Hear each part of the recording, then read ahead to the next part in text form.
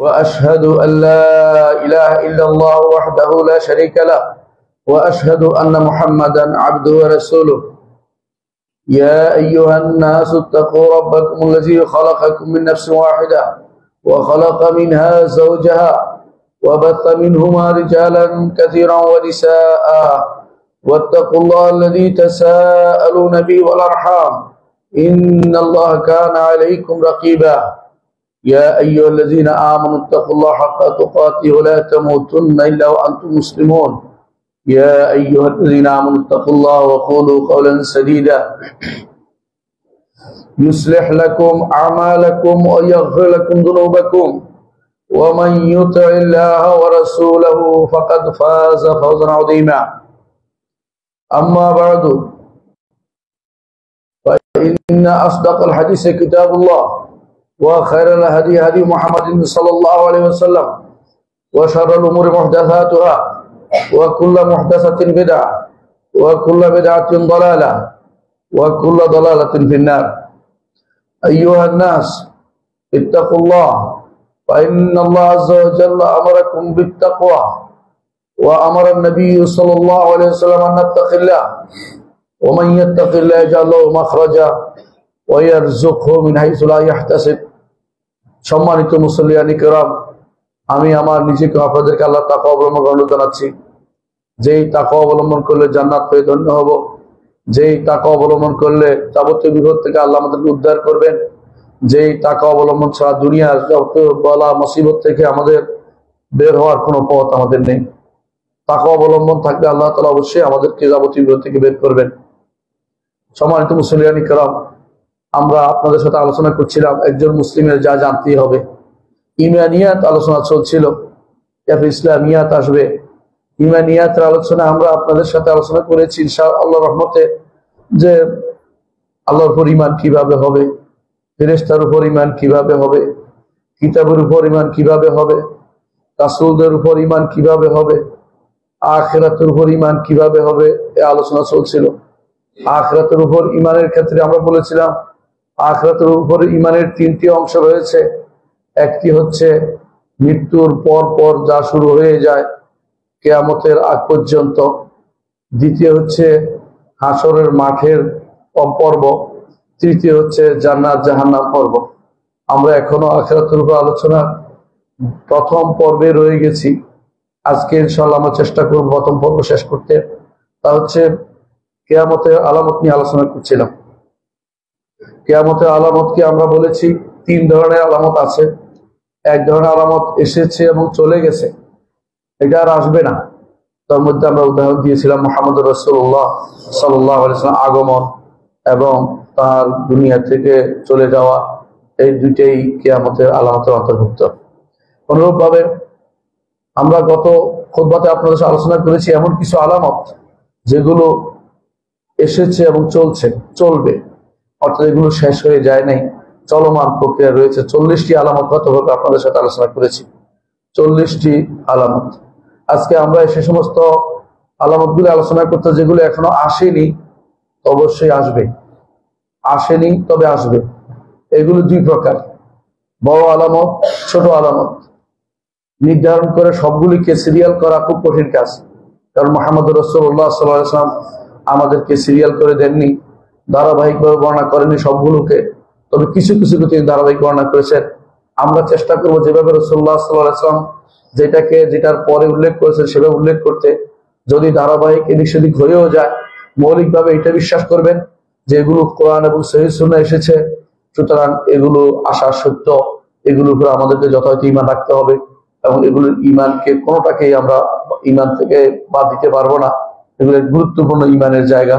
যখনই এগুলি আমাদের সামনে আসবে তখনই সেগুলোর উপর ঈমান রাখতে হবে। সম্মানিত মুসলিয়ান কিরাম, আজকে যে অংশটুকু আলোচনা করছি এই অংশটুকু বর্তমানে ফিতনার বড় কারণ। ফিতনার কারণ কেন? কিছু মানুষ এগুলোকে খুব দ্রুত ঘনিয়ে নিয়ে আসছে, কিছু মানুষ এগুলোকে আবার সুদূর পরাহত মনে করছে। এই দুই এর মাঝখানে হচ্ছে হক, যে এগুলো আসলে নিকটবর্তী, তবে একেবারে এসে গেছে এই জাতীয় কোনো সিদ্ধান্ত দেওয়া উচিত না। কোনো আলামতকে নিয়ে এসে বর্তমান প্রেক্ষাপটের ব্যাখ্যা করা কখনো উচিত নয়। হতে পারে, বলা যেতে পারে, নাও হতে পারে, বলা যেতে পারে, কিন্তু এটাই ঘটনা ঘটেছে, এই ঘটনাই ঘটবে নির্ধারণ করে বলে দেয়া যে সমস্ত আলামত আসেনি সেগুলোকে পরিপূর্ণভাবে আপনার মন মতো ব্যাখ্যা করার কোনো সুযোগ নেই। এই মন মতো ব্যাখ্যা করে অনেক ব্যক্তি পথভ্রষ্ট হয়েছে। যুগে যুগে বহু মানুষ এর মাধ্যমে ফিতনা তৈরি হয়েছে। এমনকি আপনারা জানেন এই ফিতনার আগুনে পুড়ে একবার মক্কা কাবা পর্যন্ত আগুনে পুড়েছে বহুবার, এমনকি হারামাইন শরীফাইনের বহু আলেমকে খতিবকে পর্যন্ত নির্মম পরিণতি বজায় রাখতে হয়েছে, অর্থাৎ নির্মম পরিণতির শিকার হয়েছে। তাকে কেউ কেউ আঘাত করেছে, কেউ কেউ আঘাত করতে চেয়েছে এরকম যে নিজের মাহাদি দাবি করে বসেছে। এই জাতীয় জিনিসগুলো আমাদের ওই সমস্ত আলামতের অন্তর্ভুক্ত যেগুলো এখন আসেনি। বেশিরভাগ মানুষ সেগুলো নিয়ে ফিতনা ছড়ায়। অনেকে আছে হতাশা থেকে সেটা সব ফিতনা ছড়ায়। হতাশা মানে মুসলিম উম্মার যে বিপদ যাচ্ছে, এই বিপদ দিয়ে উদ্ধার তারা আর কোনো পথ দেখে না। তারা মনে করে কিয়ামত বুঝে চলে আসলো বলে। আবার আরেক গ্রুপ আছে যারা ফিতনা ছড়ানোর জন্য এগুলিকে সামনে নিয়ে আসে, যে হয়তো তার মনের ভিতরে কোনো কিছু আছে, সে দাবি করবে, অগ্রিম সে হয়তো মাহাদি দাবি করবে, বা নিজের কোনো লোককে সে ক্ষমতায় বসাবে, সেই জন্য মাহাদি নিয়ে টানাটানি করছে। এইটাও আমরা দেখতে পাই বর্তমান সময়ের মধ্যে। আসলে এই দুটি কাজই খুবই খারাপ। আমাদের অবশ্যই মনে রাখতে হবে মুহাম্মদ রাসূলুল্লাহ সাল্লাল্লাহু আলাইহি ওয়াসাল্লাম যা বলেছেন তা সত্য, তবে তিনি কোনো সময় বেঁধে দেননি। তিনি যে সমস্ত আলামত বলেছেন সেগুলো অনেকগুলো এখনো আসেনি। ছোট আলামত, বড় আলামত আসলে দূরের কথা। হ্যাঁ, বড় আলামত এবং ছোট আলামত একসাথেই আসতে পারে। বড় আলামতের মাঝখানে অনেক ছোট ছোট আলামত আসবে, কিন্তু বড় আলামত গুলোর আগেও কিছু ছোট আলামত রয়ে গেছে যেগুলো এখনো আসেনি, অথচ মানুষ কিন্তু বড় আলামত নিয়েই টানাটানি করছে। এটাই হচ্ছে বড় বিভ্রান্তি। সম্মানিত মুসলিয়ান ইকরাম, আমি আজকে এমন কিছু আলামত উল্লেখ করব যেগুলো এখনো আসেনি, তবে আসবে। এগুলোর মধ্যে আগে ছোটগুলি আলোচনা করবো, যেগুলো ছোট। ছোট অর্থ এই নয় যে এখন একেবারে এগুলো হীন মনে করা, তুচ্ছ মনে করার বিষয় নয়, বলে এগুলো বিশাল ব্যাপার হইতে পারে। তবে এগুলো অর্থ হচ্ছে এগুলো বড় আলামতের আগে আসবে, আবার এগুলিতে কোনোটা বড় আলামতের মাঝেও আসতে পারে। সেই হিসাবে আমরা আলোচনা করবো ইনশাআল্লাহ। প্রথমেই যে আলামতটির কথা আলোচনা করতে হচ্ছে, আরব ভূমি মুরুজ ও আনহার হবে। মুরুজ কি জিনিস? অর্থাৎ শস্য শ্যামল হয়ে যাবে। আনহার অর্থাৎ সেখানে নদী নালা প্রবাহিত হবে। রাসূলুল্লাহ সাল্লাল্লাহু আলাইহি ওয়াসাল্লাম যে শব্দটি ব্যবহার করেছেন তা হচ্ছে হাত্তা তাউদ জাজিরাতুল আরব, যতক্ষণ পর্যন্ত না আরব উপদ্বীপ ফিরে আসছে। আরব উপদ্বীপ ফিরে আসা অর্থ কি? আরব উপদ্বীপ আগে এই অবস্থায় ছিল, এখন আবার ফিরে আসছে।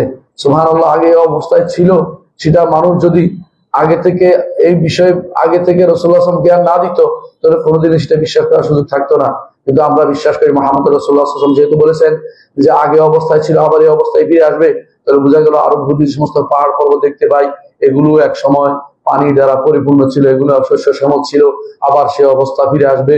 মুহাম্মদ রাসূলুল্লাহ সাল্লাল্লাহু আলাইহি ওয়াসাল্লাম সেটা বলেছেন। হাদিসটি সহিহ মুসলিমে এসেছে। অনুরূপ আরেকটি হাদিসে এসেছে, মুআয ইবনে জাবাল রাদিয়াল্লাহু আনহু বলেন, তাবুকের যুদ্ধে আমরা যখন যাচ্ছিলাম, মুহাম্মদ রাসূলুল্লাহ সাল্লাল্লাহু আলাইহি ওয়াসাল্লাম বললেন, আগামী দিন তোমরা অমুকখানে যাবে, সেখানে আমাদের আগে কেউ যদি যাও সাবধান, তোমরা কিন্তু সেখানে দুইটা প্রস্রবণ আছে, ঝর্ণা আছে, পানির জায়গা আছে, সেখানে হাত দিবে না, নষ্ট করবে না। কিন্তু দুইজন অগ্রিম গিয়ে সেখানে বসে আছে। মুহাম্মদ রাসূলুল্লাহ সাল্লাল্লাহু আলাইহি ওয়াসাল্লাম বলে, তোমরা কি পানিতে হাত দিয়েছ? বলে, ইয়া রাসূলুল্লাহ, অল্প একটু নিয়েছিলাম। রাসূলুল্লাহ সাল্লাল্লাহু আলাইহি ওয়াসাল্লাম তাদেরকে খুবই তিরস্কার করলেন, এই কাজে তোমরা কেন করলেন? তারপর তিনি তাদেরকে বললেন, ইয়ে মুআজ, যদি তুমি জীবিত থাকো দেখতে পাবে এই সব এলাকা সব পানির প্রস্রবণে পরিণত হয়েছে। অথচ সেটা এখনো হয়নি, তাহলে এটা হবে, কিন্তু কোন সময় হবে আমরা এটা বলতে পারছি না। এই জন্য এটাকে নির্ধারণ না করে বলে যে এটা অবশ্যই হবে। দ্বিতীয় আলামত যা এখনো আসেনি তবে আসবে, তা হচ্ছে বৃষ্টি বেশি হওয়া এবং ফল ফলাদি কম হওয়া। সাধারণত বৃষ্টি হলে ফল হয়, কিন্তু এমন একটা সময় আসবে বৃষ্টি হবে কিন্তু ফল ফলাদি জন্মাবে না, অর্থাৎ সেই বৃষ্টির মধ্যে বরকত থাকবে না, আল্লাহর পক্ষ থেকে রহমত থাকবে না। আবু হুরায়রা রাদিয়াল্লাহু বর্ণিত, তিনি বলেন, রাসূলুল্লাহ সাল্লাল্লাহু আলাইহি ওয়াসাল্লাম বলেছেন, লা তাকুমুস সাআ হাত্তা তুমতিরা আস-সামাউ মাতারান লা তুকুনু ফিহা বুয়ুতুল মাদার ওয়া লা তুকুনু ফিহা ইল্লা বুয়ুতুশ শাহর। রাসূলুল্লাহ সাল্লাল্লাহু আলাইহি ওয়াসাল্লাম বলেছেন, বৃষ্টি এত বেশি হবে কিয়ামতের আগে যে বড় বড় বিল্ডিং জাতীয় অর্থাৎ পাকা ঘরগুলি ভেঙে পড়বে, আর ছোট বাঁচে থাকবে শুধু যে সমস্ত ঘর পশমের তৈরি, অর্থাৎ যে সমস্ত ঘর সাধারণ তৈরি, সেগুলো শুধুমাত্র অবশ্যই থাকবে। কারণ বড় ঘরগুলো বৃষ্টির ছোঁয়া সেগুলো নষ্ট হবে, আর যেগুলো পশমের ঘর সেগুলো নষ্ট হবে না। জানি না তারপরে অবস্থা কিরকম হবে, কিন্তু মুহাম্মদ রাসূলুল্লাহ সাল্লাল্লাহু আলাইহি ওয়াসাল্লাম বলেছেন এবং সেটা মুসনাদ আহমদে এসেছে। আরেকটি হাদিসে রাসূলুল্লাহ সাল্লাল্লাহু আলাইহি ওয়াসাল্লাম বলেছেন, আনাস ইবনে মালিক রাদিয়াল্লাহু আনহু বর্ণিত হাদিসে তিনি বলেন, কিয়ামত কায়েম হবে ততক্ষণ পর্যন্ত মানুষ অনেক বৃষ্টিপাত পাবে, ওয়ালা তুমবাতুল আরদু শাইআন, কিন্তু জমির সামান্যতম কিছু ইস্কাদ উৎপন্ন হবে না। অর্থাৎ পানি দিয়ে আল্লাহর পক্ষ থেকে যে বরকত আসে এখন, সেই বরকত তারা পাবে না। আরেকটি হাদিসে আছে আবু হুরায়রা রাদিয়াল্লাহু আনহু তিনি বলেন, রাসূলুল্লাহ সাল্লাল্লাহু আলাইহি ওয়াসাল্লাম বলেছেন যে লাইসা সানাতু বিআল্লা তুমতিরু ওয়ালাকিন সানাতু আন তুমতিরু ওয়া তুমতিরু ওয়ালা তুমতিরু আরদু শাইআন। সহিহ মুসলিমে আসছে যে দুর্ভিক্ষ এটা নয় যে বৃষ্টি হবে না, দুর্ভিক্ষ এটা যে বৃষ্টি হবে কিন্তু জমিন কোনো কিছু উৎপন্ন করবে না। এটা কিয়ামতের আগে সংঘটিত হবে। তবে এটা আমার মনে হচ্ছে, যতটুকু বিশ্বাস, এটা হচ্ছে যে সেটা হবে ঈসা আলাইহিস সালাতু ওয়াস সালামের আরো অনেক পরে। কারণ সেই সময় ঈসা আলাইহিস সালাতু ওয়াস সালামের সময় পর্যন্ত জমিনের বরকত হবে, এবং সেখানে এমন একটা বরকতের কথা বলা হয়েছে যে এক একটা তরমুজ অনেকজনে খেতে পারবে। রাসূলুল্লাহ সাল্লাল্লাহু আলাইহি ওয়াসাল্লাম থেকে বর্ণিত হয়েছে। তার হচ্ছে এর পরে অবস্থা তৈরি হবে কিয়ামতের, এটি একটি আলামত। 3 নম্বর কিয়ামতের একটি আলামত যা এখনো আসেনি, তা হচ্ছে ফোরাত নদী থেকে স্বর্ণের পাহাড় বের হওয়া। ফোরাত নদী থেকে স্বর্ণের পাহাড় বের হওয়া। ফোরাত নদী ইরাকে রয়েছে, স্বর্ণের পাহাড় বের হওয়া, এর ব্যাপারে হাদিসে এসে আবু হুরায়রা রাদিয়াল্লাহু আনহু বলেন, রাসূলুল্লাহ সাল্লাল্লাহু আলাইহি ওয়াসাল্লাম বলেছেন, লা তাকুমুস সাআ হাত্তা ইয়াহসুরাল ফুরাতু আন জাবালিন মিন যাহাব। যতক্ষণ পর্যন্ত ফোরাত নদী থেকে স্বর্ণের পাহাড় বের না হচ্ছে, ততক্ষণ পর্যন্ত কিয়ামত সংঘটিত হবে না। ইয়াকতাতুন নাস আলাইহি, মানুষরা এর উপরে যুদ্ধ করবে। ওয়ায়াকতুলু মিনহু কুল্লু মিয়াতি সাতুন, প্রত্যেক 99 জন মারা যাবে। ওয়ায়াকুলু কুল্লু রাজুলিন মিনহুম, প্রত্যেকে বলবে আমি বেঁচে গেলে আমি সেগুলি নিব। অর্থাৎ সবাই মনে করবে যে সবাই বলে যাক আমি একা পেয়ে যাই, এরকম চিন্তা থাকবে। আবার কোনো বর্ণনা আসছে শেষ পর্যন্ত তারা কেউ নিতে চাইবে না যে এই কারণে আমার ভাইকে মেরেছি, আমার বন্ধুকে মেরেছি, এই কারণে সবাইকে মেরেছি, এগুলি আমি নিব না। কারণ সে মনে করে এগুলি আর বিপদের কারণ হবে। অর্থাৎ কিয়ামতের আগে এই কাজটি হবে। বুখারী মুসলিমে হাদিসে এসেছে যে এই হাদিসটি স্বর্ণের পাহাড় বের হবে। অনেকে হয়তো বলতে পারেন বর্তমানে যে বের হয়েছে জ্বালানি, অর্থাৎ এই অকটেন বা যে সমস্ত জ্বালানি বের হয়েছে, এগুলি হয়তো উদ্দেশ্য, যে তেলের কথা বলা হচ্ছে যে ডলার বা পেট্রোলিয়াম, এগুলি কিন্তু এগুলি উদ্দেশ্য হতে পারে না। কারণ শুধুমাত্র এটা শুধু ইয়া থেকে বের হয় নাই, ইরাক থেকে বের হয় নাই, বিশ্বের বিভিন্ন দেশে তেল পাওয়া যায়। এটা খনিজ দ্রব্যের বিষয়, এটা শুধু ইরাকের বিষয় নয়। ইরাকের এটা নিয়ে যুদ্ধের বিষয়টা এইটা নিয়ে হবে না, বরং আরেকটা জিনিস পাহাড়। ইয়াহসুর অর্থ হলো নিচে লুকায়িত আছে, উপরে ঢাকনা খোলা হবে। হাসর অর্থ হলো খোলা হওয়া, এর অর্থ হচ্ছে তেল হইতে পারে না, এটা অবশ্যই স্বর্ণই হবে, এবার অপব্যাখ্যা গ্রহণযোগ্য নয়। চতুর্থ যে আলামতটি আছে তা হচ্ছে যে মানুষের সাথে প্রাণীকুল অর্থাৎ যে সমস্ত হায়না প্রাণী তারা কথা বলবে, মানুষের সাথে কথা বলবে। অনেকে হয়তো বলতে পারেন বর্তমানে যে সমস্ত এই মিডিয়া আছে বা বিশেষ সমস্ত ক্যামেরা আছে, এগুলি হয়তো বলা হচ্ছে, কিন্তু এগুলি না, এগুলিকে বলা যাবে না। এগুলি হচ্ছে স্থির চিত্র অঙ্কন করা, কথা বলে না। এগুলি দিয়ে জানা যায় কি হয়েছে, কিন্তু রাসূলুল্লাহ হাদিসে কথা বলবে। কথা বলার অর্থ হচ্ছে যে এগুলো সরাসরি বলে দিবে এটা কখন হবে, এটা কখনো, অবশ্যই সেটা অনেক পরে হবে, সেটা এখন হওয়া জরুরি না। অর্থাৎ সেটা হবে অবশ্যই যখন তাহাব্বার পরে বা আগে, সেটা হতে পারে যুদ্ধাব্বা, যে প্রাণী পরে বের হবে তার আগে বা পরে হতে পারে, সেটা হতে পারে। কারণ এখন হওয়ার অর্থ হচ্ছে এরপরে ইমানের প্রশ্ন আবার ফিরে আসবে। এই জন্য আমরা মনে করতেছি, মনে করার অর্থ স্থায়ী কথা নয়, হতে পারে আগে হতে পারে, কিন্তু আমরা মনে হচ্ছে এরকম। আল্লাহর কাছে দোয়া করি আল্লাহ যেন আমাদের পাকড়াও না করেন এই সমস্ত কথার কারণে। কিন্তু আমরা শুধু বলতে চাচ্ছি যে এটা ঘটবে এবং এইটা এখনো ঘটেনি, এটা আসবে। আবু সাঈদ খুদরী রাদিয়াল্লাহু আনহু বর্ণিত, তিনি বলেন রাসূলুল্লাহ সাল্লাল্লাহু আলাইহি ওয়াসাল্লাম বলেছেন, সাদাকা ওয়াল্লাযী নাফসি বিয়াদিহি, সত্য বলেছেন যার হাতে আমার প্রাণ, তার শপথ করে বলছি, লা তাকুমুস সাআ হাত্তা ইউকাল্লিমা সিবাউল ইনস, কিয়ামত কায়েম হবে না ততক্ষণ পর্যন্ত প্রাণীগুলো, হায়না প্রাণীগুলো মানুষের সাথে কথা বলছে।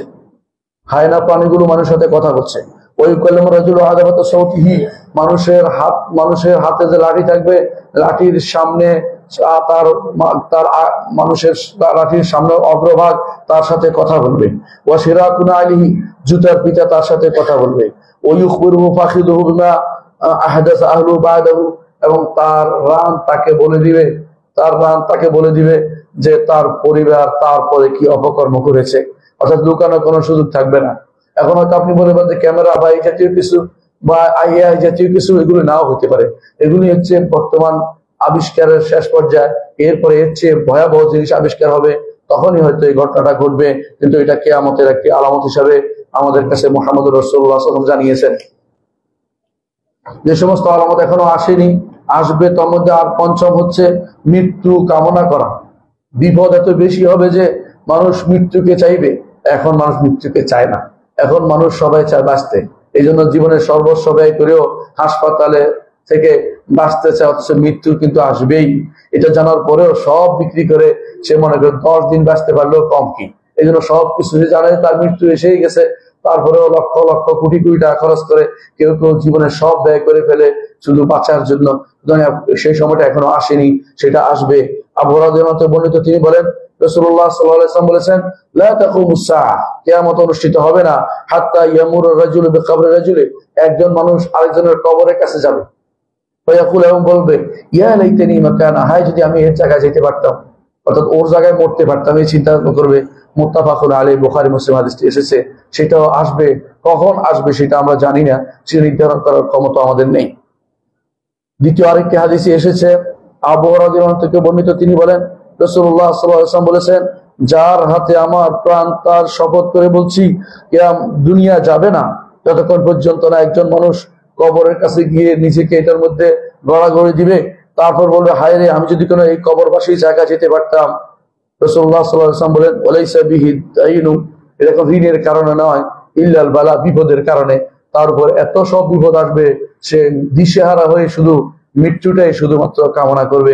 অথচ মৃত্যু কামনা করা বৈধ কাজ না, আপনারা জানেন। রাসূলুল্লাহ সাল্লাল্লাহু আলাইহি ওয়াসাল্লাম মৃত্যু কামনা করতে নিষেধ করেছেন। হাদিসটি সহিহ মুসলিমে এসেছে। ইবনে মাসউদ রাদিয়াল্লাহু আনহু এই জন্য বলেছিলেন যে ওই সময় মানুষ যে যদি চিন্তা করবে যদি মৃত্যু কি না যায়, তো তারা কেন চিন্তা ভাবনা করবে, এরকম অবস্থা তাদের তৈরি হয়ে যাবে।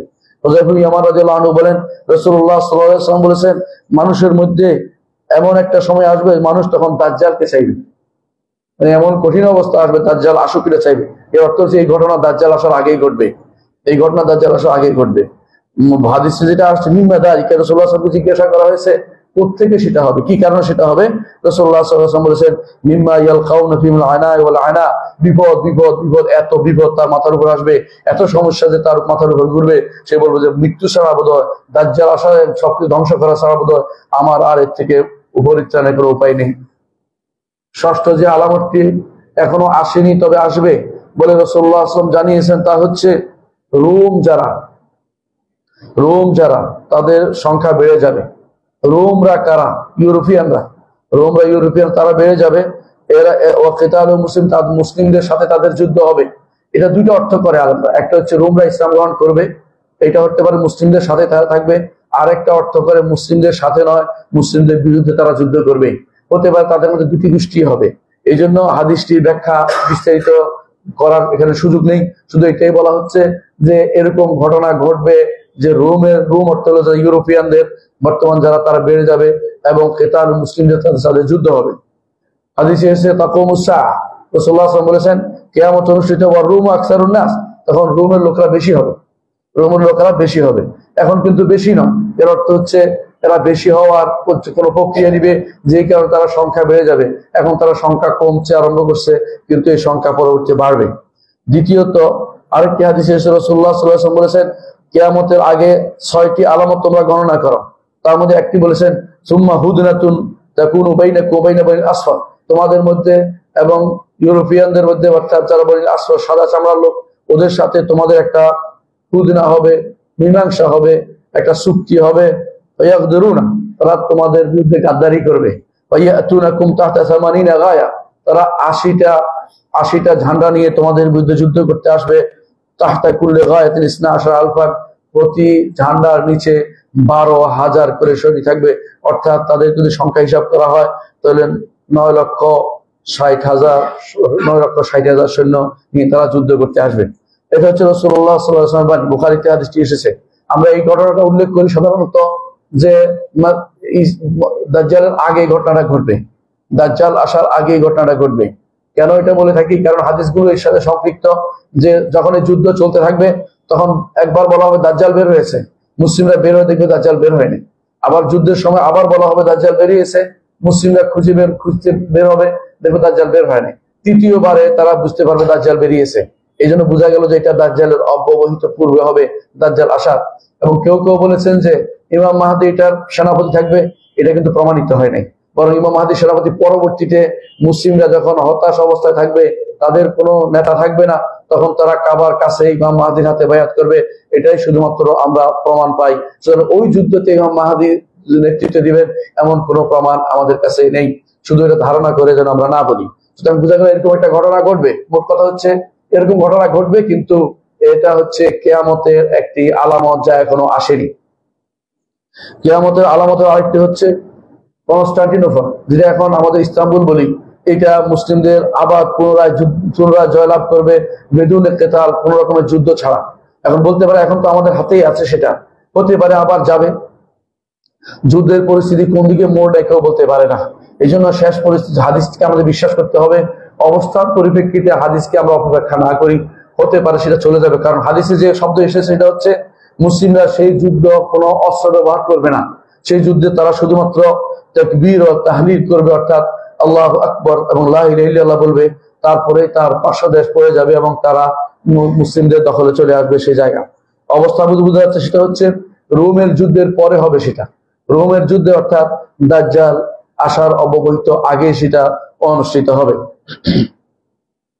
অষ্টম যে আলামতটি বিভিন্ন হাদিসে এসেছে যে রাসূলুল্লাহ সাল্লাল্লাহু আলাইহি ওয়াসাল্লাম বলেছেন কিয়ামতের আগে সেটা হবে, এখনো হয়নি। তা হচ্ছে কাহতানি নামক এক আরব নৃপতি বের হওয়া। কারণ কাহতানি সম্পর্কে আপনারা জানেন, আরবরা হয় আদনানি না কাহতানি। কাহতানি আরব যদি বের হয় তো আদনানি আরবরা দুইভাবে বিভক্ত, আরবি অথবা মুদার। আর কাহতানিরা বের হবে, কাহতানি এমন এক ব্যক্তি বের হবে ইয়ামান গোষ্ঠীর, যারা তাদের হাতে যারা এত বেশি ন্যায় ইনসাফ করে মানুষ তার উপর খুশি হবে। কাহতানি বের হবে, সেটা এখনো বের হয় নাই। বিভিন্ন রকমের আলামত দিয়ে অমুক তমুককে বানানোর কোনো চেষ্টা করার দরকার নেই। যখন আসবে তখন দেখা যাবে। কাহতানি এখনো বের হয় নাই। কাহতানি বের হওয়ার আগে মাহাদি বের হবে না।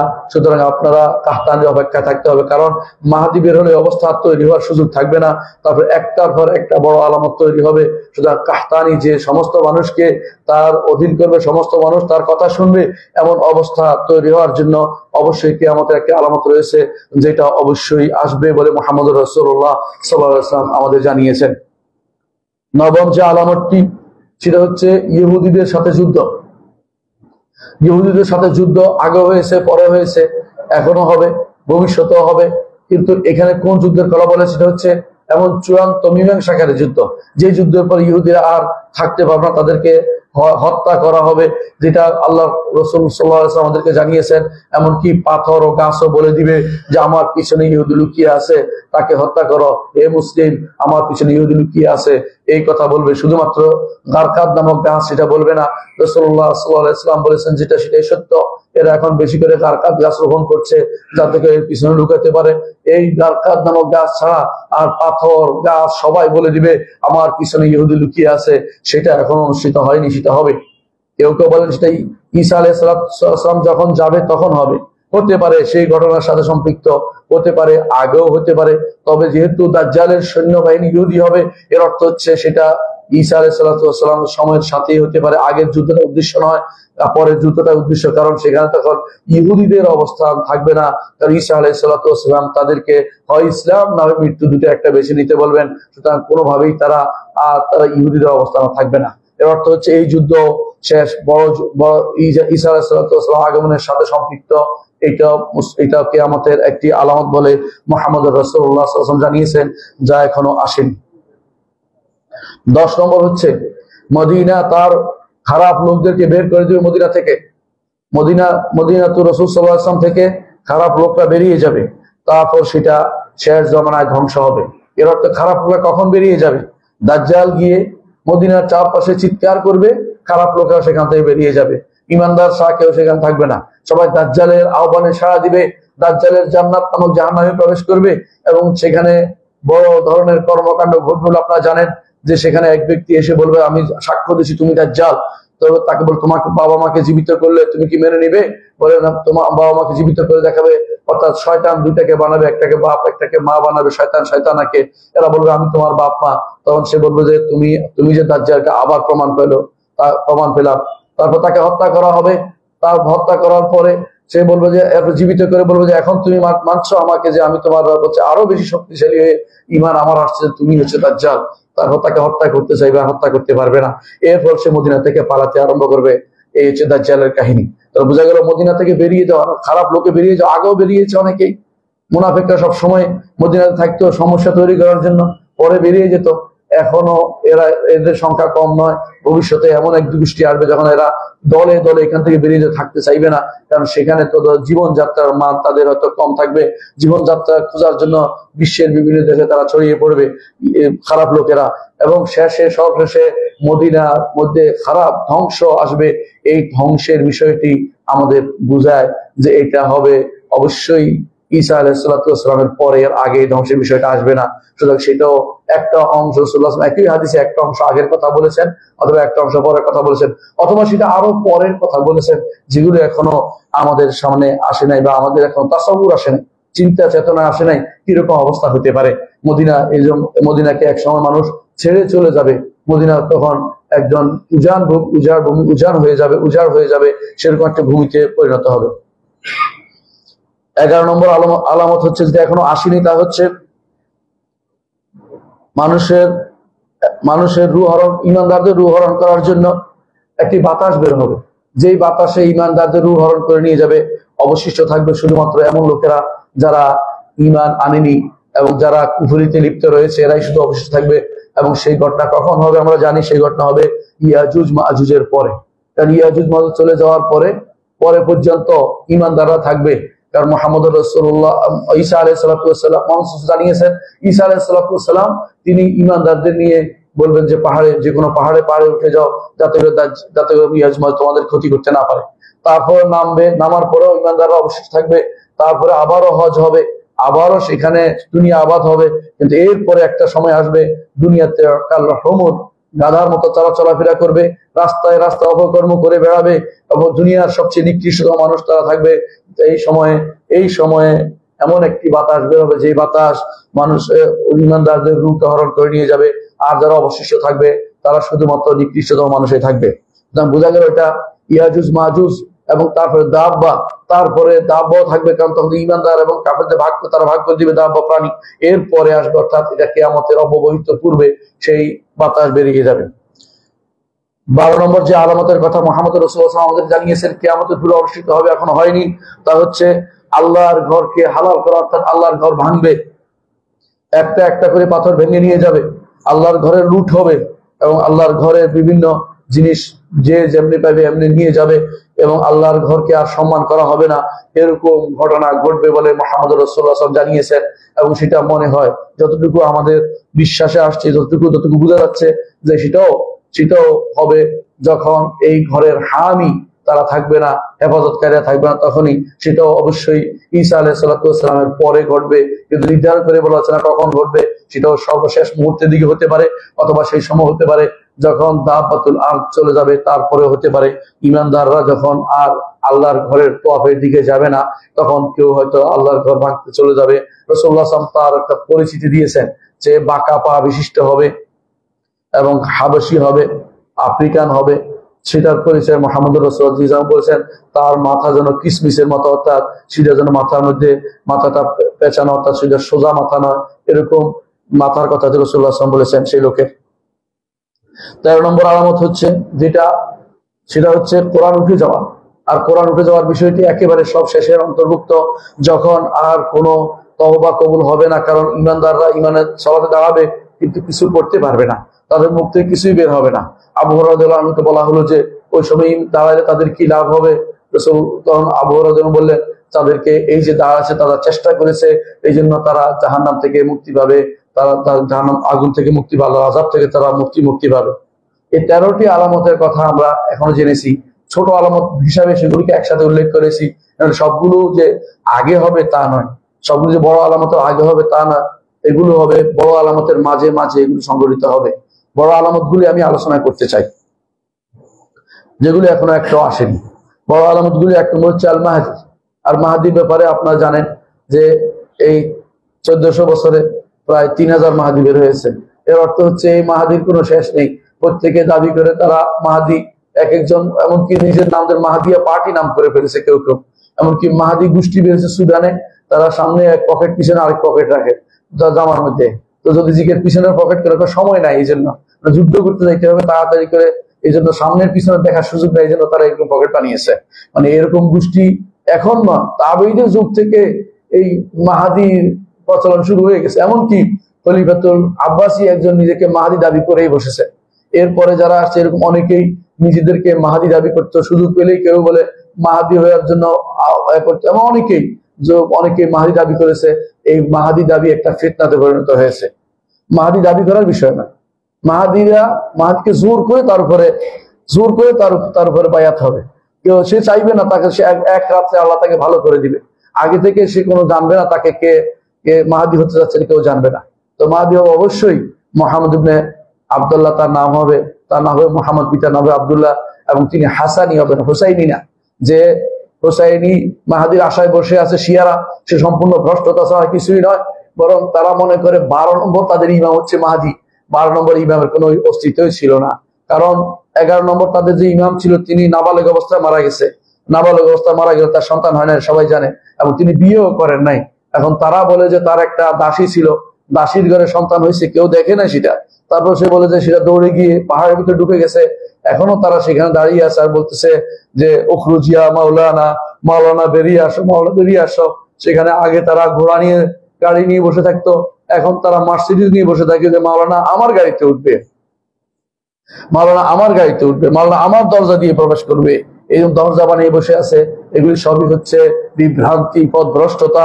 এগুলি তারাই আবিষ্কার করে। মাহাদির জন্য যারা বসে থাকে, মাহাদির জন্য বসে থাকা ইমানদারের কাজ নয়। মাহাদির জন্য বসে থাকে যারা, তারা হচ্ছে পরাজিত মানসিকতার লোক তৈরি। তারা নিজেরা কিছু করতে পারে না বলে মাহাদি করে দিবে আশায় বসে আছে, এটা ঠিক নয়। বরং যখন মাহাদি বের হবে তখন তার হাতে আমাদের বায়াত নিতে হবে। তিনি একা কিছুই করতে পারবেন না, ইমানদারদের নিয়েই তিনি করবেন। ইমান বজায় রাখা, মাহাদির জন্য ইমান বজায় রাখা দরকার, ইমান চেনা দরকার, কিন্তু মাহাদির জন্য সৈনিক তৈরি করা দরকার নয়। এখন অনেকে মাহাদির সৈনিক বানাই রাখতেছে, না, মাহাদির সৈনিক বানাবেন না। ইমান আপনি তৈরি করুন, আপনি দাওয়াত ও জিহাদে নিজেকে অংশগ্রহণ করুন। মাহাদি বের কখন হবে এটার আশায় বসে থেকে নিজেদেরকে পরাজিত মানসিকতার লোক তৈরি করবেন না। মাহাদি আলাইহিস সালাম যদি বের হয়ে যান, অথবা মাহাদি রাদিয়াল্লাহু আনহু যদি বের হয়ে যান, অথবা মাহাদি রহমতুল্লাহ হাফেজাহুল্লাহ যদি বেরিয়ে যান, আমি কেন তিনটা বলেছি, কারণ আপনি তিনটাই বলে অনেকে দেখবেন, এজন্য বলছি। কিন্তু মাহাদি যদি বেরিয়ে যান, নিঃসন্দেহে সেটা হবে এমন এক সময়, যে সময় আর বলতে পৃথিবী শেষের দিকে চলে আসছে, এরপর আর কোনো কিছু ভাবিষ্ট নাই। কারণ রাসূলুল্লাহ সাল্লাল্লাহু আলাইহি ওয়াসাল্লাম বলেছেন, কিয়ামতের আলামতগুলি একটার পর একটা এমন ভাবে পড়বে যেন একজনের মালা থেকে একটা মালা ছিঁড়ে গেলে একটার পর একটা করে পড়ে যেতে থাকে, সেভাবে কিয়ামতের আলামতগুলি একটার পর একটা হতে থাকবে। সুতরাং মাহাদির আশায় বসে থেকে তো বিপদ ডেকে আনছেন আপনি, কিয়ামত ঘনাই দিচ্ছেন। মাহাদির আশায় বসে না থেকে আপনি বেশি বেশি করে আপনার ইমানকে চাঙ্গা করুন, দাওয়াতকে বলিষ্ঠ করুন, যে আল্লাহর দ্বীনকে প্রচার প্রসারে লেগে যান। আপনি আখিরাতমুখী হোক, দিন আখিরাতের কাজ করে যান। এটাই হচ্ছে মূলত ইমানদারের কাজ। মাহাদি তার আশায় বসে থাকা উচিত নয়। হ্যাঁ, তিনি আসবেন অবশ্যই, তবে তিনি আসার অর্থ এটাই যে আপনাদের কর্মকাণ্ডের যে মূল কাজ, আপনার দ্বারা আর কিছু হবে না। আর তিনি এসে কিছু কাজ করতে এগিয়ে যাবেন দাজ্জালের বিরুদ্ধে, শেষ পর্যন্ত তিনিও পারবেন না। আকাশ থেকে আল্লাহ তাআলা তখন ঈসা আলাইহিস সালামকে আকাশ থেকে তিনি নামাবেন। এর অর্থ হচ্ছে মাহাদির দ্বারা যে বড় ধরনের কিছু হচ্ছে তা কিন্তু না, বরং মাহাদি বের হবে এটা প্রমাণ করে রাসূলুল্লাহ বলেছেন, এই জন্য যে ওই সময়ে তার মাধ্যমে মুসলিমরা একতাবদ্ধ হইতে পারবে, এটা ছাড়া আর কোনো কারণ নয়। সুতরাং কিয়ামতের আলামতের মধ্যে, বড় আলামতের মধ্যে এক নম্বর হচ্ছে মাহাদি বের হওয়া। মাহাদি বের হওয়া একটা আলামত। কিয়ামতের বড় আলামত অনেকে 10টি গণে, আমরা 10টি গণবো না। কেন 10টি গণবো না? কারণ 10টি আলামত হওয়া জরুরি না। 10টি আলামত হওয়া জরুরি, 10টা গণা জরুরি না। বরং রাসূলুল্লাহ সাল্লাল্লাহু আলাইহি ওয়াসাল্লাম 10টি বলেন নাই, তিনি বলছেন এক হাদিসে 10টি আলামত না দেখা পর্যন্ত কিয়ামত হবে না। আবার আরেক হাদিসে 6টি না দেখা পর্যন্ত কিয়ামত হবে না। আবার আরেক হাদিসে এইভাবে রাসূলুল্লাহ সাল্লাল্লাহু আলাইহি ওয়াসাল্লাম সংখ্যা বলেছেন যে এগুলি না হওয়া পর্যন্ত কিয়ামত হবে। তিনি বলেন নাই যে কিয়ামতের আলামত বড়টা 10টি, একবার বলেন নাই। এটা হচ্ছে আমার 10টি বানানো জরুরি না। আমরা যখন দেখবো বড় বড় আলামত যেগুলোকে আমরা বলি প্রলয়ঙ্কারী ঘটনা ঘটে যেগুলির পিছনে, সেগুলিকে আমরা উল্লেখ করতে পারি। এর মধ্যে 1 নম্বর হচ্ছে মাহদী, 2 নম্বর হচ্ছে মাসিহুদ দাজ্জাল। মাসিহুদ দাজ্জাল হচ্ছে বের হবে, সে ইহুদি বংশধর থেকে হবে এবং সে বের হবে ইস্পাহানের ইহুদি, ইরান থেকে বের হবে, বর্তমানে ইরান থেকে বের হবে। এখনো ইহুদি, সেখানে ইহুদি একটা পল্লী আছে, এখান থেকে বের হবে, ইস্পাহান থেকে বের হবে। ইস্পাহান হচ্ছে বের হয়ে খোরাসান হয়েছে আসবে, এই জন্য কোথাও খোরাসান কোথাও ইরান, ইস্পাহান বলা হয়েছে। এগুলোর বিরোধ নেই, কারণ সে দুনিয়া চষে বেড়াবে, সুতরাং সে বেরিয়ে আসবে এবং সারা দুনিয়া 40 দিনে চষে বেড়াবে। এটা রাসূলুল্লাহ সাল্লাল্লাহু আলাইহি ওয়াসাল্লাম আমরা জানি। তার বের হওয়ার পরে ঈসা আলাইহিস সালাতু ওয়াস সালামকে আল্লাহ তাআলা নাজিল করবেন। ঈসা আলাইহিস সালাতু ওয়াস সালাম নাজিল হবেন, তিনি দামেস্কে তিনি আসবেন। কোন বর্ণনায় আসছে যে মানারাতুশ শারকা, তিনি আসবেন। কোন বর্ণনায় আসছে যে সেটা বাইতুল মাকদিস হইতে পারে, কিন্তু বিশুদ্ধ বর্ণনায় সেটা দামেস্কের কথা বলা হয়েছে। দামেস্কের পূর্ব দিকে সাদা, দামেস্কের পূর্ব পাশে সাদা মিনারা বিশিষ্ট যেই মসজিদ আছে, সেই মসজিদের মিনারাতে 2 ফেরেশতার কাঁধে ভর করে তিনি ঈসা আলাইহিস সালাতু ওয়াস সালাম তিনি অবতীর্ণ হবেন। আমাদের দেশে যারা তথাকথিত হিজবুত তাওহীদ আছে অথবা তথাকথিত কাদিয়ানীরা আছে, এই জাতীয় এবং তথাকথিত আরো কিছু গোষ্ঠী আছে যারা মনে করে যে ঈসা আলাইহিস সালাতু ওয়াস সালাম হচ্ছে তাদের ইমামরা, বুঝেন কিনা? কাদিয়ানীরা মনে করে কাদিয়ানী হচ্ছে ঈসা, আর হিজবুত তাওহীদের মনে করে তাদের সুরুট হুজুর হচ্ছে ঈসা। সুরুট খাইতেছে সেই, তিনি ঈসা হয়ে গেছে, তিনি ইমাম, তিনি মাহদী, এই দাবি করে বসেছে। আমি একদিন আলোচনা করছিলাম, জানতাম না সেটা, আলোচনা করছিলাম, আমি তার দাস দিচ্ছিলাম, সেখানে একজন এসে বললো আপনি কি জানেন ঈসা বেরিয়ে গেছে, অনেক আগে চলে গেছে, ঈসা নাজিল হয়ে চলে গেছে। এই যেহেতু আমি বললাম যে কোত্থেকে তুমি এই কথা বলো? শেষ পর্যন্ত খোঁজ নিয়ে জানলাম সে হচ্ছে এই বর্তমানে যারা হিজবুত তাওহীদ নামক এক ভ্রান্ত মতবাদের অনুসারী, তারাই এগুলি বলে থাকে এবং তারা বইও লিখেছে, দাজ্জাল নামে বই লিখেছে একটা, দাজ্জাল নামে। কারণ ঈসা যদি এসেই থাকে দাজ্জাল লাগবে, তো দাজ্জাল কোথায় পাবে? এই জন্য তারা সভ্যতাকে দাজ্জাল বানিয়েছে। বর্তমান যে সভ্যতা আছে, ইউরোপিয়ান সভ্যতাকে দাজ্জাল বানিয়েছে না। দাজ্জাল সভ্যতার নাম নয়, দাজ্জাল মানুষের নাম, মানব সন্তানের নাম, এবং দাজ্জাল মানব সন্তান হিসেবে সে বিচরণ করবে এবং তাকে হত্যা করা হবে। কারণ যদি সভ্যতা হত্যার বিষয় নেই, তাকে হত্যা করা হবে। ঈসা আলাইহিস সালাতু ওয়াস সালাম যখন নাজিল হবেন তাকে হত্যা করা হবে, হত্যা করবেন তিনি নিজে বাবুল লুদ্দে। বাবুল লুদ হচ্ছে বর্তমানে একটা বিমানবন্দর, ইসরায়েলের একটা বিমানবন্দর, নাম লুদ বিমানবন্দর। সেখানে ঈসা আলাইহিস সালাতু ওয়াস সালাম তাকে হত্যা করবেন। এটাই আমরা কোরআন, এটা আমরা হাদিস থেকে আমরা পাই। সুতরাং হাদিস থেকে যেটা পাই এটাই বিশ্বাস করতে হবে। মানুষের সমস্ত বিভ্রান্তি কোনোভাবেই আমরা আমলে নিব না। আমরা অনেকে বিভ্রান্ত আকীদার শিকার হয়ে যাচ্ছি দুর্ভাগ্যবশত। তারপরে আসবে ইয়াজুজ মাজুজ। ইয়াজুজ মাজুজ এরা কারা? এরা হচ্ছে ইয়াফেস এর বংশধর। আমরা জানি যে নূহ আলাইহিস সালাতু ওয়াস সালামের 3 সন্তান ছিল, সাম, হাম, ইয়াফেস। সাম সেমিটিক, হাম আফ্রিকানরা, আর ইয়াফেস হচ্ছে ইউরোপিয়ানরা। এদের মধ্যে একটা গোষ্ঠী ছিল ইয়াজুজ মাজুজ, তাদেরকে আল্লাহ তাআলা আটকে দিয়েছেন। তারা এমন এক জগতে, এমন এক জায়গায় বসবাস, বিশাল তাদের এই জায়গা, যেটা আমরা দেখতে পাই না। অনেকে বলে যে দেখতে পাই না, যেহেতু নাই, নাউজুবিল্লাহ, এটা বিশ্বাস করতে হবে। দেখতে পাইলে সেদিন তারা বেরিয়ে আসবে। আল্লাহ তাআলা এই জন্য কোরআনে কারীম বলেছেন যে হাত্তা ইযা ফুতিহাত ইয়াজুজ ওয়া মাজুজ ওয়া হুম মিন কুল্লি হাদাবিন ইয়ানসিলুন, যে এবং রাসূলুল্লাহ সাল্লাল্লাহু আলাইহি ওয়াসাল্লাম একদিন তিনি বললেন যে আজকে রাতে এই ইয়াজুজ মাজুজের তাদের দেয়ালের মধ্যে এত ছিদ্র করতে সমর্থ হয়েছে। এর অর্থ হচ্ছে রাসূলুল্লাহ সাল্লাল্লাহু আলাইহি ওয়াসাল্লাম যা বলেছেন সত্য। তারা কোনো ইয়াজুজ বলতে ইউরোপিয়ান লোকদেরকে বোঝানো হয় নাই বা আমেরিকানদের বোঝানো হয়নি, অনেকে এটা বলে থাকে, নাউজুবিল্লাহ। অথচ ইয়াজুজ মাজুজ একটা গোষ্ঠী, যাদেরকে দেখার পরে আপনার আর কোনো কিছু থাকবে না। তারা এক জায়গায় এক গোষ্ঠী চলে যাবে, আরেক জায়গায় এসে দেখবেন যে এত পয়মাল সাবার করে দিয়েছে, সেখানে আর পানি বলতে কিছু রাখে নাই। এমনকি তারা বহাইরা তবরিয়া যাবে। বহাইরা তবরিয়া হচ্ছে বর্তমানে লেবাননের কাছে। সেখানে গিয়ে তারা এমন ভাবে পানিটা পান করবে যে ওদেরই পরবর্তী যায় সুপ্ত জায়গায় হেঁটে চলে যাবে, পানি বলতে কিছু থাকবে না। মানে এরা এতটুকু জমিনের বুকে ফেতনা ফাসাদ তৈরি করবে।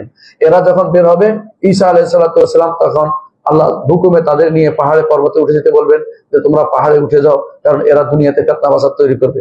তারপর আল্লাহর পক্ষ থেকে তাদেরকে আল্লাহ তাআলা এমন কিছু দিয়ে ধ্বংস করবেন যেগুলো আমাদের কল্পনারও বাইরে। তাদের বগলের নিচে রোগ হবে, সেই রোগের কারণে তারা ধ্বংসপ্রাপ্ত হবে। তারপর ঈসা আলাইহিস সালাম সবাইকে নিয়ে নিচে নামবেন, বা সমস্ত ঈমানদাররা নিচে নামবে, এবং সেগুলি আল্লাহ তাআলা এমন এক পাখি পাঠাবেন সেগুলিকে উড়িয়ে নিয়ে সাগরে ফেলে দিবে। এবং কারণ সাগর ছাড়া এই সমস্ত দুর্গন্ধ মুক্ত হওয়ার কোনো জায়গা নেই, দাফন করার সুযোগ নাই। এত বেশি পরিমাণে তাদের সংখ্যা হবে, তাদের সংখ্যা এত বেশি যে মুহাম্মদ রাসূলুল্লাহ সাল্লাল্লাহু আলাইহি ওয়াসাল্লাম বলেছেন, হাসরের মাঠে বলা হবে, আল্লাহ তাআলা বলবেন আদমকে, আদম জাহান্নামের অংশ বের করে দাও তোমার সন্তানদের থেকে। তখন সবাই ভয় পেয়ে গেল। রাসূলুল্লাহ সাল্লাল্লাহু আলাইহি ওয়াসাল্লাম বললেন যে ভয় পেও না, আর এদের থেকে 999 জন হবে ইয়াদের থেকে, ইয়াজুজ মাজুজ থেকে, আর এদের থেকে একজন হবে। এর অর্থ হচ্ছে এত সংখ্যায় বেশি হবে যে তারা পৃথিবী চষে বেড়াবে পুরোটাই। তখন এই সময় তাদের ধ্বংসের পর এগুলি কবর দিবে কে? এগুলি এই জন্য পাখিগুলি উড়ে নিয়ে সেগুলিকে সমুদ্রে ফেলে দিবে। আর জগৎ তখন অত্যন্ত শান্ত শিষ্ট হয়ে যাবে, জগৎ পরিপূর্ণভাবে জগৎ পরিচ্ছন্ন হয়ে যাবে। বৃষ্টি দিবে আল্লাহ তাআলা, সেই বৃষ্টির পরে আল্লাহ তাআলা এত বেশি পরিমাণে বরকত দিবে, বরকত শেষ হয়ে যাবে, অর্থাৎ দুনিয়ার সব বরকত সেই সময় দিয়ে দিবেন আল্লাহ তাআলা জমিনের উপরে, এবং সেটা অনেক বেশি পরিমাণ ফল ফলাদি হবে, যেটা আমাদের হাদিস থেকে প্রমাণিত আমরা দেখতে পাই। ইয়াজুজ মাজুজের এই ঘটনা অবশ্যই কিয়ামতের একটি আলামত এখনো হয়নি, এবং 10 কিয়ামতের সেই বড় আলামত গুলির একটি। পঞ্চম কিয়ামতের বড় আলামত হচ্ছে 3টি ভূমিধস হওয়া। ভূমিধস আগেও হয়েছে, এখনো হচ্ছে, কিন্তু এইটা হচ্ছে প্রলয়ঙ্কারী ভূমিধস, যেটা মানুষ চিন্তাও করেনি। খাসমুল বিল মাশরিক, খাসমুল বিল মাগরিব, প্রাচ্যে একটি ভূমিধস হবে, পাশ্চাত্যে একটি হবে, আরব উপদ্বীপে একটি হবে। এই 3টি ভূমিধসের মাধ্যমে আল্লাহ তাআলা মানুষদের সংখ্যা কমিয়ে দিবেন। একটা সময় আপনি দেখবেন সব খালি পড়ে আছে, বিশাল বিশাল স্থাপনা করছেন আপনারা লক্ষ লক্ষ টাকা খরচ করে। আপনারা মনে করছেন যে এটা বোধহয় পৃথিবীতে তারা সবসময় থাকবে, এরকম ভাবে করছেন। তোমরা মনে করছো, আল্লাহ তাআলা কোরআনে কারীমে বলছেন কওমে আদ সম্পর্কে, যে তোমরা মনে করছো যে তোমরা তাখলুদুন, চিরস্থায়ী হবে। অনেকে যে সমস্ত রাস্তা বানাচ্ছে, ওইটা বানাচ্ছে, ওইটা বানাচ্ছে, মনে করছে এটাই সমাধান, কিন্তু এটা সমাধান না, ঈমানিয়াত বড় সমাধান। মুহাম্মদ রাসূলুল্লাহ সাল্লাল্লাহু আলাইহি ওয়াসাল্লাম এত উন্নয়নের চিন্তা করেননি, ঈমানি উন্নয়নের চিন্তা করেছেন। আমরা দুনিয়ার উন্নয়ন দিয়ে ভরিয়ে দিচ্ছি, কিন্তু ঈমানি উন্নয়নের কোনো চিন্তা নেই। আমরা পড়ানোর ক্ষেত্রে কি পড়াচ্ছি? গান বাদ্য দিয়ে আমাদের সব ভরাই রাখতেছি। গান বাদ্য দিয়ে সন্তানদের তৈরি করার জন্য 60,000, 25,000, 65,000 গান বাদ্যকারীদের নিয়োগ দিচ্ছি। আমরা ধ্বংসের পর জায়গায় পৌঁছে গেছি। আমরা মনে করছি এর মধ্যে উন্নয়ন করতেছি। কিসের উন্নয়ন করতেছি? ঈমান নষ্ট করার কাজ। কারণ গান বাদ্যকে হালাল মনে করলে তার ঈমান চলে যায়। যে সমস্ত সন্তানদের আপনি গান শিখাবেন, তারা যেগুলো বৈধ মনে করে, তাহলে সেগুলি ঈমান চলে যাবে। আর যারা সেগুলিকে বৈধ মনে না করে, কোনোদিনই কেউ এগুলো বাস্তবায়ন করতে পারে না, কেউ যদি সেগুলি বাস্তবায়ন করে তারা ঈমানদার না, তারা কাফের। এদের সাথে আপনাদের সম্পর্ক কেমন আপনারা চিন্তা ভাবনা করবেন। এইগুলি তারা উন্নয়নের চিন্তা ভাবনা করছে, এগুলো উন্নয়ন নয়। উন্নয়ন হচ্ছে কোরআন এবং সুন্নাহ দিয়ে মানুষকে তৈরি করা, ছোটকাল থেকে কোরআন পড়ানো, হাদিস পড়ানো, দ্বীনের উপর বড় করানো। এটাই রাসূলুল্লাহ সাল্লাল্লাহু আলাইহি ওয়াসাল্লাম চেয়েছেন। যারা এই পদ্ধতির বাইরে উন্নয়ন নামক তথাকথিত দাজ্জালের ফিতনাকে নিয়ে আসবে, দাজ্জালি ফিতনাকে নিয়ে আসবে এবং মানুষের ভিতরে এগুলো চাঙ্গা করে দেবে, কিভাবে উন্নয়ন করলো, কোন হালাল হারামের চিন্তা তোয়াক্কা করলো না, এরাই হচ্ছে সবচেয়ে বড় বিভ্রান্ত দল। এরা বিভ্রান্তির ভিতরে অতল গহরে ডুবে আছে। এরা এই অবস্থা যখন হবে, খাস হবেই। হাদিসে আছে খাস মাস হবে, অর্থাৎ জগৎ ধ্বংসিত হবে, ধ্বংস হবে। এরপর দেখবেন যে পৃথিবীতে মানুষ যারা থাকবে খুবই অল্প সংখ্যক মানুষ থাকবে, যারা ধ্বংস হয়ে গেছে, বিশাল অঙ্ক ডুবে গেছে মাটির ভিতরে। আল্লাহ তাআলা আগেও ডুবিয়েছেন, কারুনকে ডুবিয়েছেন। আল্লাহ বলছেন ফাখাসাফনা বিহি ওয়া বিদারিল আরদা, তাকেও ডুবিয়েছি, তার জমি, তার ঘরকেও ডুবিয়েছি, কারণ তার বিশাল সম্পদ ছিল। আল্লাহ তাআলা বলছেন ওয়াইনা মাফাতিহু লাতানু বিল উসবাতি ওয়াল কুওয়া, তার চাবি বহন করার জন্য বিশাল বিশাল বহর লাগতো, বহর লাগতো, তার প্রাণীগুলো লাগতো চাবি বহন করতে। এত বিশাল সম্পদ সবগুলিকে আল্লাহ ডুবিয়ে দিয়েছেন। আল্লাহ তাআলা এই সম্পদের জন্য কাউকে রক্ষা করবেন না। ওয়ালা ইয়ানফাউ যাল জাদ্দি মিনকাল জাদ্দু, সম্পদ দিয়ে আল্লাহ আযাব থেকে বাঁচতে পারবে না, উন্নয়ন দিয়ে আল্লাহ আযাব থেকে বাঁচতে পারবেন না। আল্লাহ আযাব থেকে বাঁচতে হলে আল্লাহর দিকে ফিরে আসতে হবে। ফাফিরু ইলাল্লাহ, আল্লাহর দিকে ফিরে আসা উচিত প্রত্যেকটি মানুষের। এত উন্নয়ন দিয়ে কি করবেন? আপনার একটা বাড়ি আছে, আরেকটা বাড়ি না করলেও চলে, মাথা গোজার ঠাই আছে, আপনার বাড়তি কিছু করার দরকার নেই, এত চিন্তা করেন না। মুহাম্মদ রাসূলুল্লাহ সাল্লাল্লাহু আলাইহি ওয়াসাল্লাম বলেছেন মান আসবাহা আমিনান ফি সিরবিহি, যে ব্যক্তি সকালে উপনীত হয়েছে, আমিনান ফি সিরবিহি, একটা ঘর আছে, সির বলতে হলো চিকন ঘর, যেখানে ঢুকতে পারে, ছিদ্র গর্ত আছে, এরকম একটা গর্তের মধ্যে নিরাপদ আছে। মুআফান ফি জাসাদি, শরীরটা সুস্থ আছে। ওয়াইনদাহু কুতু ইয়াউমি, তার একদিনের খাবার আছে। বা কান্নাহু হিজাতাহু দুনিয়া বিহাযাফিরিহা, দুনিয়া যেন পরিপূর্ণভাবে তাকে দেয়া হয়েছে। অথচ আমরা শুধু জমাই আর জমাই, কিভাবে একটা বাড়ি, দুইটা বাড়ি, তিনটা গাড়ি করতে পারি এই চিন্তা অবশ্য থাকি। যতটুকু তার একান্ত প্রয়োজনের বাইরে যেটাই জমাচ্ছেন যে আপনার জন্য বিপদের কারণ হবে। অর্থাৎ আপনি আল্লাহমুখী হতে পারেন নাই। মুহাম্মদ রাসূলুল্লাহ সাল্লাল্লাহু আলাইহি ওয়াসাল্লাম আদর্শ আমরা অনুসরণ করি, সেদিকে ফিরে যাই। উন্নয়ন নাম দিয়ে আমাদের যে ধ্বংস হচ্ছে, আমরা যে প্রতিযোগিতায় নেমেছি। একজনের বাড়িতে যদি কোনো একটা সোফা থাকে, আপনার বউ এসে যদি বলে যে ওনার বাড়িতে নতুন সোফা কিনেছে, আপনাকে বিব্রত করছে, আপনি স্ট্যাটাস বজায়ের জন্য এখন হারামের দিকে হাত বাড়াচ্ছেন, এসবই কিন্তু আপনার বিপদের কারণ হয়ে দাঁড়িয়েছে। এত স্ট্যাটাস দেখাবেন না, আপনার স্ত্রীকে আল্লাহমুখী করার চেষ্টা করবেন। তাকে বলেন যে এগুলি রেখে কিন্তু আমাদের চলে যেতে হবে, কালকে যদি চলে যাই পরের দিন এগুলি কিন্তু আরেকজনের মালিক হবে, আমার কোনো উপকার নেই। আমার শুধু ওটাই উপকার যদি আমি রাতের বেলায় 2 রাকাত সালাত আদায় করতে পারি, সালাতগুলো জামাতের সাথে পড়তে পারি, সন্তানকে আমি নেক সন্তান বানাইতে পারি, তাদেরকে আলেম বানালে এগুলি আমার উপকার হবে। আমি যদি সাদাকাতুল জারিয়া করতে পারি উপকার হবে। আমি যদি এমন কোন কাজ করতে পারি যেটা সেটা কাজে লাগবে, এর বাইরে আমার কোনো কিছু আমার নয়, সবই কিন্তু অন্যের। সুতরাং এর পিছনে দৌড়ে গিয়ে যেটা আল্লাহ তাআলা বলেছে আল্লাহকুমুত তাকাসুর হাত্তা যুরতুমুল মাকাবির অবস্থা তৈরি হয়ে যাবে। সম্মানিত মুসলিম, বলছিলাম যে পঞ্চম যে কিয়ামতটা হচ্ছে ভূমিধস হবে। এই ভূমিধস কোন জায়গায় হবে আমরা তো বলতে পারছি না। এমনও তো হতে পারে বিশাল এলাকা নিয়ে হবে, নাহলে রাসূলুল্লাহ সাল্লাল্লাহু আলাইহি ওয়াসাল্লাম সাবধান করতেন না। বিশাল এলাকা নিয়ে হওয়ার অর্থ হচ্ছে এমনও হতে পারে বাংলাদেশের ভূমিটা পুরোটাই মাটির নিচে চলে গেছে। আপনি তখন এত কিছু করেছেন, কোন কাজে লাগবে? আপনার এই সমস্ত বড় বড় যে বিল্ডিং করেছেন, এক একটা বিল্ডিং এর দিকে তাকালে, উপর দিকে তাকালে টুপি পড়ে যায়, এরকম অবস্থা বিল্ডিং তৈরি করে রাখছেন। এগুলিও কোনো কাজে লাগবে না, এগুলি মাটির নিচে চলে যাবে। ক্ষণিকের 10 মিনিট যদি কোনো ভূমিকম্প হয়, 5 মিনিট 10 মিনিট না, ভূমিকম্প হইলো, আপনি কি মনে করেন বাংলাদেশ টিকে থাকবে? ঢাকা শহর সবাই আগে ধসে যাবে। আপনি এত ধসাকল জিনিসের চিন্তা কেন করছেন? এগুলি তৈরি করছেন, যদি তৈরি কাজে লাগতো তাহলে কথা ছিল, কিন্তু যেগুলি আপনি তৈরি করছেন এগুলি আপনার কোনো কাজে নাও লাগতে পারে। হয়তো এমন হইতে পারে আপনার সন্তানের কাজে লাগেনি। অনেক মানুষের গল্প আমরা শুনি, বিশাল বিশাল বাড়ির মালিক, বিশাল বিশাল, এমনকি তিনি চলাফেরা করতেন সবচেয়ে বেশি দামি গাড়িতে, কয়েকদিন পরে তিনি এখন ভিক্ষা করছেন, 1 টাকা 2 টাকা চেয়ে বেড়াচ্ছেন। কেন সেটা হয়েছে আপনারা সেটা ভালো করে জানেন। কারণ মানুষের অবস্থার পরিবর্তন হয়। আপনার সম্পদ যেটা এখন আল্লাহ দিয়েছে এটাকে আল্লাহর কাজে লাগা। আমরা আল্লাহর কাজে যদি কোনো চাই আপনাদের কাছে, আপনারা দেখি 1 টাকা 2 টাকা দেন, হারামের জন্য আপনাদের টাকার অভাব হয় না, অনবরত খরচ করে যাচ্ছেন। কখন হবে? রাসূলুল্লাহ আমাদেরকে বলেছেন এরকম অবস্থা যখন তৈরি হবে তখনই শুধুমাত্র ভূমিধস হবে। তারপর ষষ্ঠ যে আলামতটা হচ্ছে ধোঁয়া। একটা ধোঁয়া আসবে, যে ধোঁয়ার কারণে মানুষের হরণ হয়ে ধোঁয়া। ইমানদারদেরকে চোখে, যত ইমানদার থাকবে তখন বোঝা যাচ্ছে চোখের তখন এর মতো হবে তাদের, যে মানুষের যে সর্দির মতো হবে, আর কাফেরদেরকে এটা ভালো করে পেয়ে বসবে।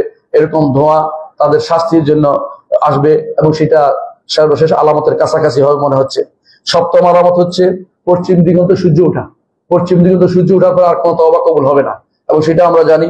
অষ্টম আলামত হচ্ছে একটা প্রাণী বের হওয়া, যে ইমানদার কাফের চেয়ে হাত দিয়ে নির্ধারণ করে দিবে, কপালের উপরে দাগ দিয়ে দিবে। এমনকি পরবর্তীরা বলবে যে ওর থেকে উঠ কিনে যার কপালে দাগ আছে, ইমানদার এবং কাফের আলাদা করে দিবে। আর সর্বশেষ যে আলামতের কথা বলবো সেটা হচ্ছে আগুন বের হবে, যে আগুন মানুষদেরকে একসাথ করে দুনিয়ার হাসর হচ্ছে, সেটা হচ্ছে সিরিয়া, বর্তমান যে শাম, বর্তমান যেটাকে আমরা সিরিয়া বলি সেটা না পুরোটাই, এটা হচ্ছে শাম, লেবানন বা সিরিয়া, লেবানন, জর্দান এবং ফিলিস্তিন, পুরো এলাকাটাই হচ্ছে শাম, যেটাকে রাসূলুল্লাহ শাম বলতেন। এই শাম অর্থাৎ কাবার এই পার্শ্ব বাম পাশে হওয়ার কারণে শাম বলা হয়।